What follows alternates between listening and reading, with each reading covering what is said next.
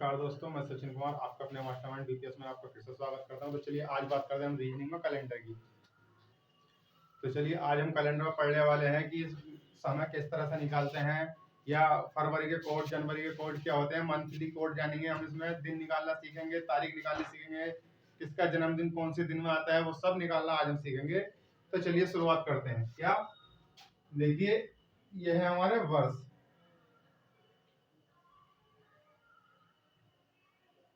और बात की जाए तो वर्ष हमारे दो तरह के होते हैं। ठीक, नंबर पहला हमारा होता है क्या, साधारण वर्ष। साधारण वर्ष। और ये होता है हमारा दूसरा लीप वर्ष। लीप वर्ष। साधारण वर्ष की बात करें तो साधारण वर्ष में हमारी जो फरवरी आती है वो फरवरी आती है हमारी 28 दिन की, और इसमें दिनों की संख्या होती है 365। तो बात करते हैं इसमें 365 हमारे दिन होते हैं इसमें। और फरवरी जो आती है,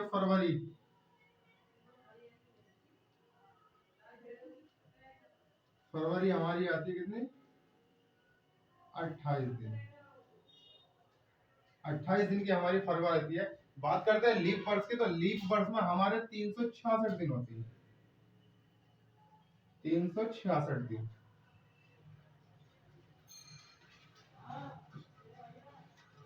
इसमें जो हमारी फरवरी होगी वो होगी हमारी फरवरी भैया 29 दिन की। जो फरवरी है हमारी, वो फरवरी हमारी 29 दिन की है। तो चलिए एक बार आप इसका स्क्रीनशॉट ले लीजिए, क्योंकि मैं इसमें आप कुछ तथ्य लिखवाने वाला हूँ लीप वर्ष के बारे में और साधारण वर्ष के बारे में। तो जल्दी से आप इसका स्क्रीनशॉट ले लीजिए। तो चलिए दोस्तों, उम्मीद करता हूं कि आपने स्क्रीनशॉट ले लिया होगा। तो आइए बात करते हैं हम क्या, साधारण वर्ष। साधारण वर्ष कौन से होंगे, साधारण वर्ष ऐसे वर्ष जो 4 से विभाजित नहीं होते हैं। क्या, ऐसे वर्ष जो 4 से विभाजित नहीं होते हैं वो साधारण वर्ष कहलाते हैं। जैसे बात करते हैं क्या, 1925 है। यदि 1925 को हम 4 से भाग देंगे तो ये हमारा पूरा पूरा नहीं कटेगा। जब नहीं कटेगा तो हमारा क्या है, ये साधारण वर्ष है। इसी प्रकार हमारा 2005 भी साधारण वर्ष है, 2017 भी, 2009 भी और 2022 जो हमारी 2022 चल रही है वो हमारी साधारण वर्ष है। ठीक, बात करते हैं हम लीप वर्ष की। तो लीप वर्ष में हमारे ऐसे वर्ष जो 4 से पूरी तरह विभाजित हो जाते हैं। जो 4 से पूरी तरह विभाजित हो जाते हैं वो हमारे लीप वर्ष कहलाते हैं। जैसे 1924 हुआ, यदि हम 1924 को 4 से भाग देंगे तो हमारा पूरा पूरा कट जाएगा। या 2016 को हम 4 से भाग देंगे तो पूरा पूरा कट जाएगा। 2020, 2008, 2028 भी हमारा लीप वर्ष है। जो साल हमारा 4 से विभाजित पूरी तरह से, पूर्ण तरह से 4 से विभाजित हो जाता है वो हमारा लीप वर्ष कहलाता है। तो चलिए दोस्तों, इसका स्क्रीनशॉट ले लीजिए आप।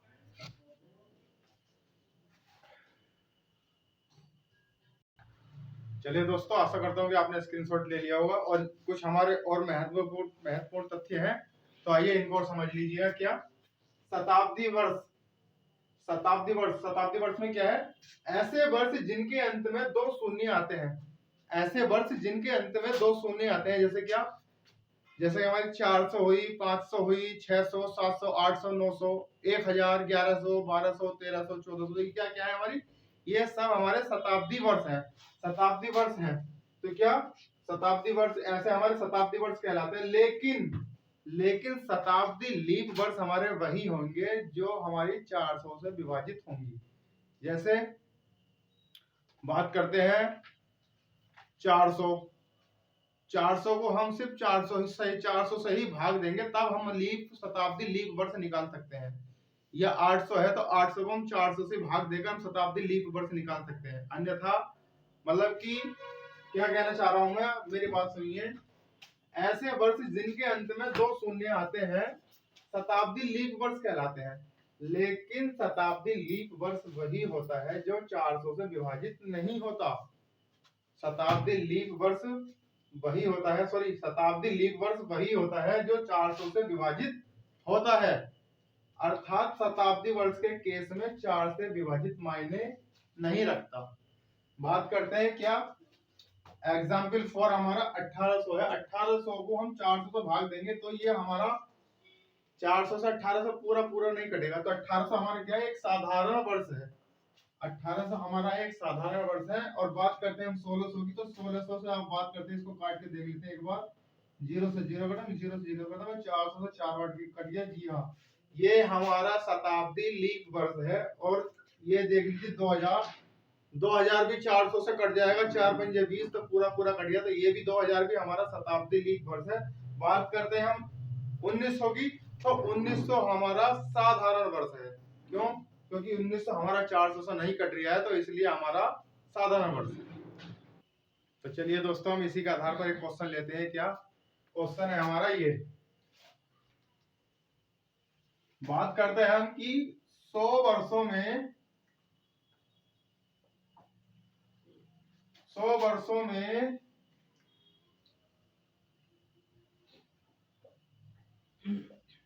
कितने लीप वर्ष होते हैं। तो हमें बताना है कि हमारे 100 वर्षों में कितने लीप वर्ष होते हैं। बात करते हैं हमारी 100 भी हमारी शताब्दी है, लेकिन ये हमारी शताब्दी 400 से कम है, तो इसलिए हम इसको 400 से भाग नहीं देंगे। तो अब देखा जाए हमारे 100 वर्षों में 100 भागा 4 बराबर कितना गया हमारा 25।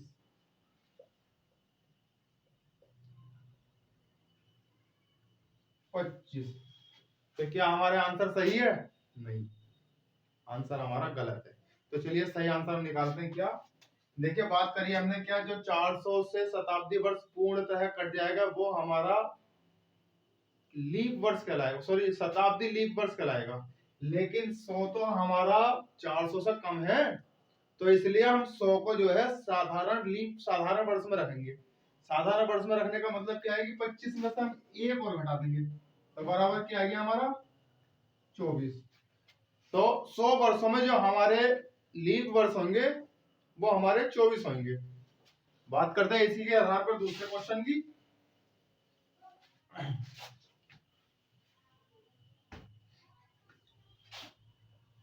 200 वर्षों में हमारे कितने लीप वर्ष होंगे।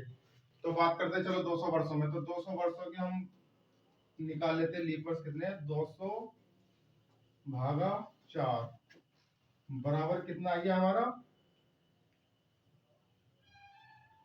4 पंजे 20 और 0।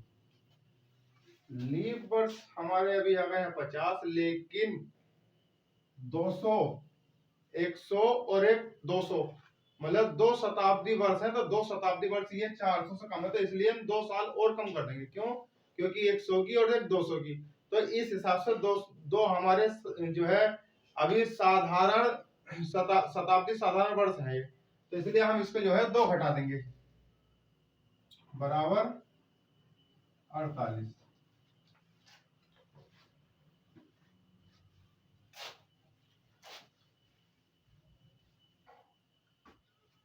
निकालते हैं हम 300 की।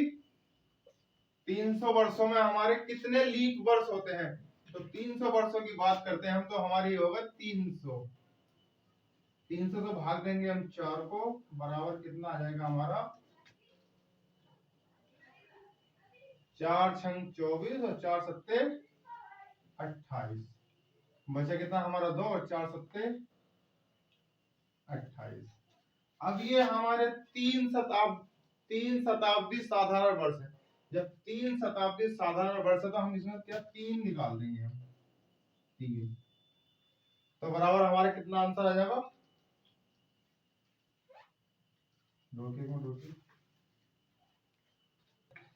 माफी चाहता हूँ दोस्तों, थोड़ी कैलकुलेशन में मेरी गलती हो गई थी, तो यहाँ हम कैलकुलेशन ठीक नहीं कर पाए। तो आइए यहाँ पे हम बताते हैं कि 4 सत्ते 28 और यहाँ हमारे कितना बचेगा 2, तो हमारा होगा 4 पंजे 20।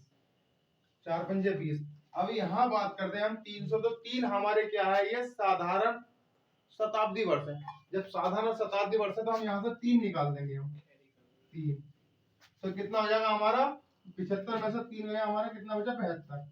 तो 300 वर्षों में जो हमारे लीप वर्ष आए वो आए 72 हमारे 300 वर्षों में लीप वर्ष है। तो बात करते हैं आगे की और, शायद इससे आपको और थोड़ा अच्छा समझ में आए। क्यों? क्योंकि अब हम 400 ही ले रहे हैं। जी हाँ, ये देखिए 400 वर्षों में कितने लीप वर्ष होंगे। तो 400 वर्षों में जो हमारे लीप वर्ष होंगे वो कितने होंगे, 400 भागा 4, 400 भागा 4, तो कितना आया हमारा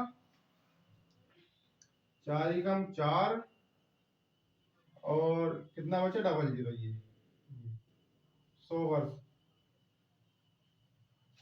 400 में कितने 100 वर्ष। अब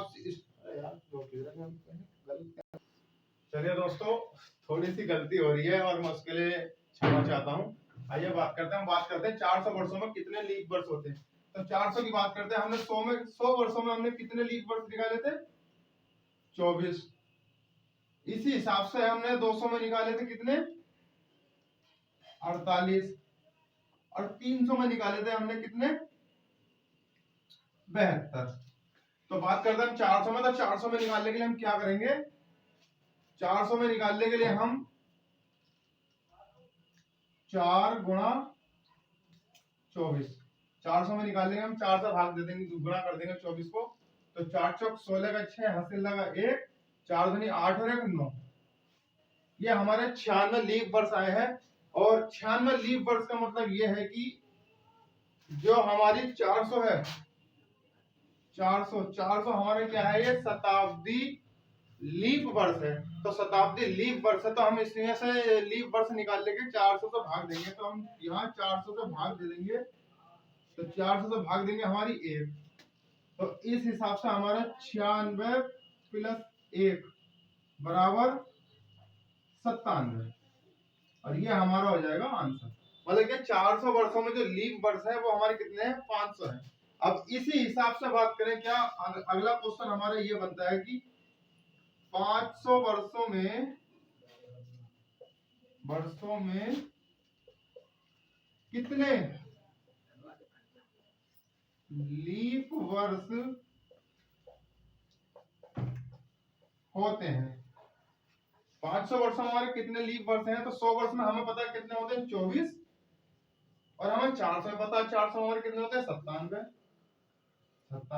अब इनको जोड़ दो, 7 4 कितना हो गया 11, 11 का 1 हासिल 1, 9 और 11 11 और 1 12।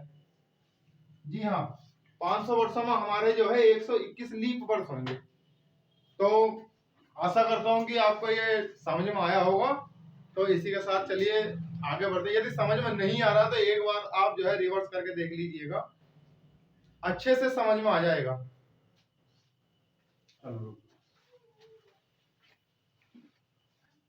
चलिए दोस्तों, करते हैं अगला सवाल। क्वेश्चन ये बनता है, और अभी मैंने कराया है, शायद थोड़ा घुमा हुआ है, लेकिन ध्यान देंगे तो आपकी समझ में आ जाएगा। क्वेश्चन हमारा ये है कि क्या 400 वर्षों में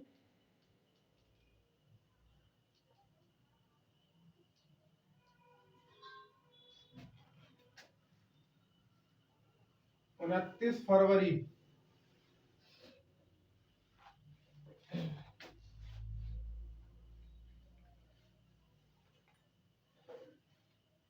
29 फरवरी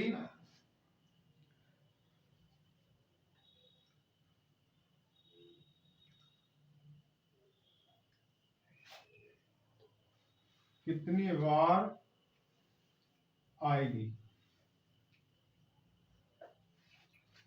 सवाल ये है कि एक बार और देख लो, 400 वर्षों में 29 फरवरी कितनी बार आएगी। तो चलिए इसको करते हैं। अभी मैंने कराया है, लेकिन फिर हम दोबारा कराएंगे सवाल को। 400 वर्षों में 29 फरवरी कितनी बार आएगी, और 29 फरवरी हमारी जब ही आएगी जब हमारे लीप वर्ष आएंगे। तो कहने का मतलब यह है कि 400 वर्षों में हमें लीप वर्ष निकालना है। लीप वर्ष की हमारी पहचान यही रहती है कि लीप वर्ष में जो फरवरी रहती है वो फरवरी 29 तारीख की रहती है। ठीक, तो चाहो तो आप 29 फरवरी कह दो, चाहो तो आप लीप वर्ष कह दो। तो 400 वर्षों में अगर हम लीप वर्ष निकालेंगे तो इसमें कोई मतलब गलत बात नहीं है, या 29 फरवरी निकालेंगे तब भी हमें कोई दिक्कत नहीं है। तो 400 वर्षों में 29 फरवरी मैंने आपको बताई थी, 400 वर्षों में 29 फरवरी हमारी कितनी बार आएगी? तो 100 वर्ष में हमारे 24 बार हमारी 29 फरवरी आती थी। तो 400 में इस हिसाब से हम 4 से भाग दे देंगे, बराबर कितना आ गया हमारा? 4 चौक 16 का 6 हासिल 1, 4 दूनी 8 और 1 9। अब 400 है हमारा, तो इसमें 400 में भी हम लीप वर्ष, शताब्दी लीप वर्ष निकालने की कोशिश करेंगे। शताब्दी लीप वर्ष निकालने के लिए हम 400 से ही भाग देंगे। 400 से हमारा पूरा पूरा एक बार कट गया, तो प्लस 1 ये हो जाएगा हमारा, तो बराबर कितना हो गया हमारा? 97। तो 400 वर्षों में जो हमारी 29 फरवरी होगी वो 97 बार आएगी। तो चलिए अगला सवाल फिर करते हैं हम।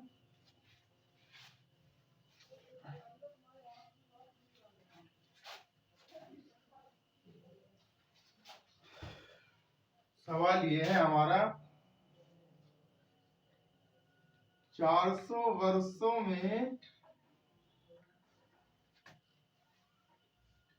29 तारीख 29 तारीख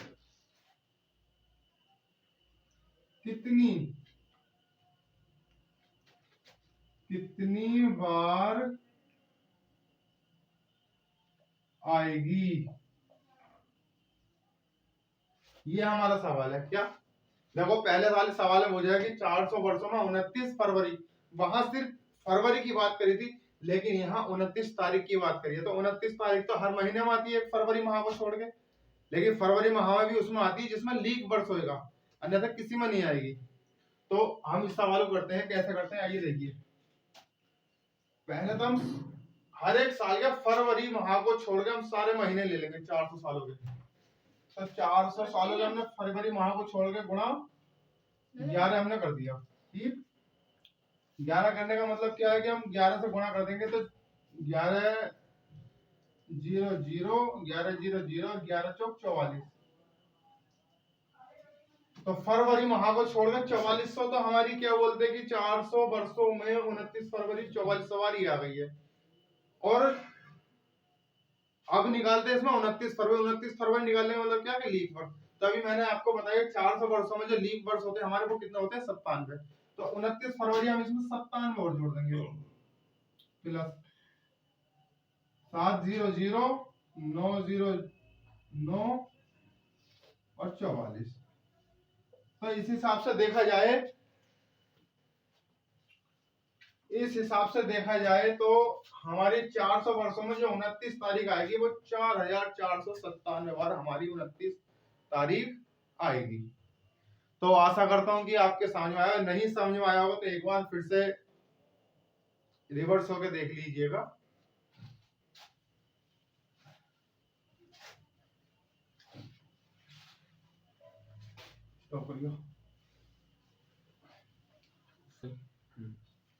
चलो दोस्तों, एक इसके बाद हम सवाल चालू कर देंगे और हमारा एक छोटा सा और स्कोर दे लो। क्या ऐसे दिन जो सप्ताह में बदलने के बाद शेष बच जाते हैं विषम दिन कहलाते हैं। ऐसे दिन जो सप्ताह में बदलने के बाद शेष बच जाते हैं विषम दिन कहलाते हैं। सप्ताह में बदलने के लिए हम 7 से भाग करते हैं। तो आइए हम कैसे करते हैं, ये लीजिए 15 भागा 7 बराबर हमारा कितना आ गया? 7 दूनी 14, कितना बचा? 1 शेष। इसमें हमारा 1 शेष बच गया।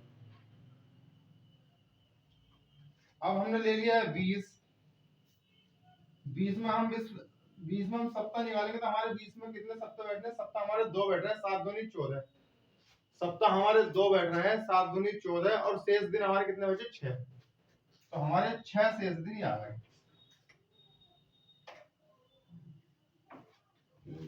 35 की बात करते हैं। 35 में हम सप्ताह निकालेंगे तो 35 में सप्ताह निकालेंगे हम 7 पंजे 35 बराबर हमारा 0 शेष। इसमें हमारा कोई विषम दिन नहीं है।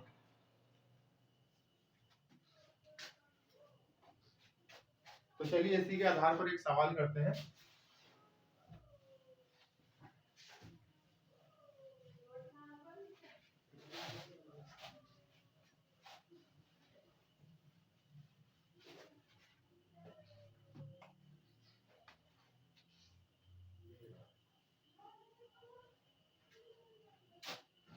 सवाल हमारा ये है, यदि आज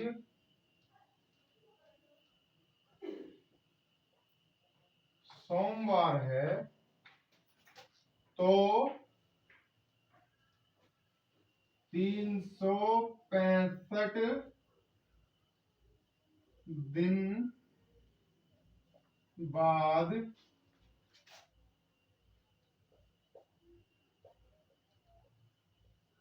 कौन सा दिन होगा। सवाल हमारा यह है कि यदि आज सोमवार है तो 365 दिन बाद कौन सा दिन होगा। यदि आज सोमवार है तो 365 दिन बाद कौन सा दिन होगा। तो यहाँ देखिए बाद अगर सवाल में हमारा बाद आता है तो हम बाद के लिए हम प्लस करते हैं, और बाद की जगह अगर हमारा पहले आता है तो पहले के लिए हम माइनस करते हैं। इसलिए सवाल के अकॉर्डिंग मैं आपको बताता रहूंगा कि अभी फिलहाल बाद है तो बाद के लिए हम प्लस करेंगे। प्लस हम कैसे करेंगे आइए देखते हैं। सबसे पहले हम 365 दिन में हम सप्ताह निकाल लेंगे।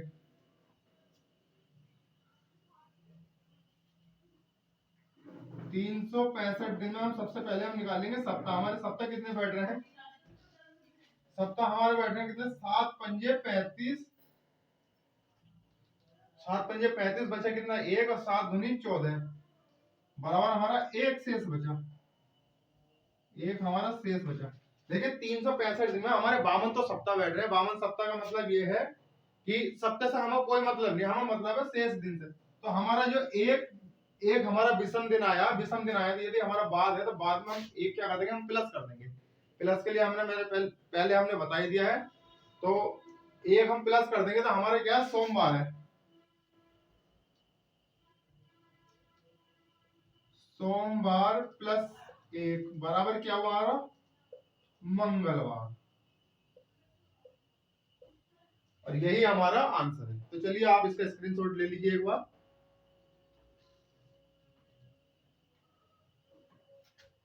चलिए करते हैं अगले सवाल की ओर बढ़ते हैं। अगला सवाल हमारा ये है,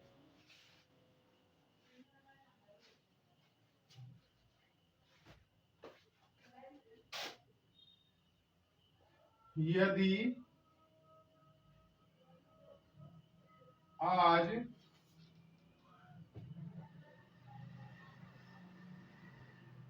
बुधवार है तो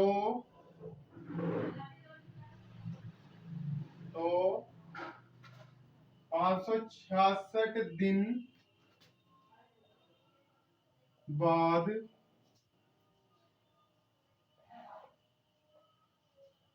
कौन सा दिन होगा। सवाल हमारा यह है, क्या आज बुधवार है तो 566 दिन बाद कौन सा दिन होगा। तो चलिए हम इसको भी जैसे पहले हल किया था वैसे ही हम सेम हल करेंगे। इसमें हम पहले सप्ताह निकाल लेंगे। 566 हम 66 में हमारे कितने सप्ताह बैठ रहे हैं, तो 7 से हम भाग दे देंगे। यदि आप इस तरह से भाग नहीं करना चाहो तो आप इस तरह से भाग दे सकते हो, 7 भागा 566। तो 7 पंजे 35, 7 छंग 42, 7 सत्ते 49, 7 अट्ठे 56, 7 अट्ठे 56, 56। तो हमारा क्या, हमारा ये 6 शेष आ गया। हमारा 6 शेष, 6 शेष का मतलब क्या है कि हमारा पूरा पूरा पूरा कट गया। तो हमारे क्या है, 566 में हमारे कितने 56 सप्ताह हमारे बनेंगे। अब जहां हमारा 6 शेष रह गया है तो हमारा बाद है, यहाँ बाद है तो बाद के लिए हमने क्या करा, प्लस। अब प्लस के लिए हम क्या करेंगे, उसमें जोड़ देंगे। क्या जोड़ देंगे, सोमवार सॉरी बुधवार, बुधवार प्लस 6 बराबर क्या हो गया हमारा, सोमवार।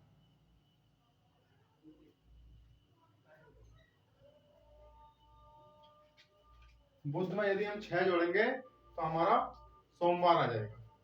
चलिए आप समझ गए होंगे इन सवालों को। एक दो सवाल और लेते हैं।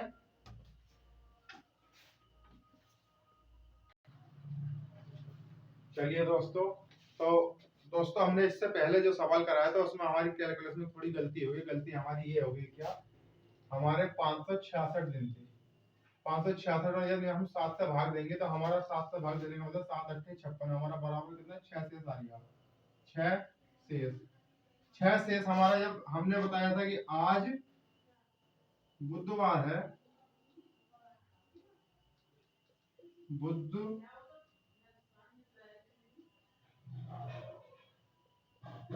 बुधवार है, तो हमें 300 सॉरी हमें 566 दिन बाद हमें बताना था, दिन बाद बराबर क्या।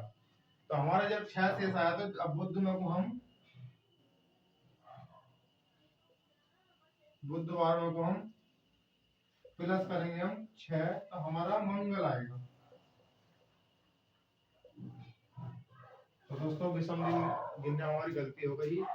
आई होप कि आपको अच्छे से समझ में आया हो। यदि नहीं आया हो तो आप एक बार वीडियो को हमारी फिर से देखेंगे तो शायद आपकी और अच्छे से समझ में आ जाए। तो चलिए दोस्तों, ये हमारा पहला पार्ट था कैलेंडर का। सेकंड पार्ट हम कल लेके आएंगे, तब तक के लिए। और दोस्तों, आप हमारे चैनल पर नए हो तो आप प्लीज हमारे चैनल को सब्सक्राइब कर लीजिए और बेल आइकन का बटन दबा दीजिए और लाइक करना ना भूलें। कल हम मिलेंगे इसी टाइम फिर से आपसे। Thank you.